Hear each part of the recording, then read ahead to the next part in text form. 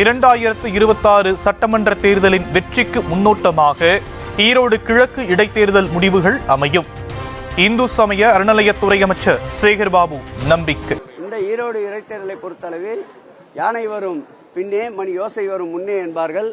அதுபோல் 2026 சட்டமன்ற தேர்தலுக்கு முன்பு காட்டுகின்ற ஒரு வெற்றி பாதையாக, வெற்றிக்குண்டான அறிகுறியாக, வெற்றிக்குறையான வெளிச்சமாக இந்த ஈரோடு கிழக்கு இடைத்தேர்தல் இருக்கும் என்று நம்புகிறோம். 2026 சட்டமன்ற தேர்தலின் வெற்றிக்கு முன்னோட்டமாக ஈரோடு கிழக்கு இடைத்தேர்தல் முடிவுகள் அமையும்.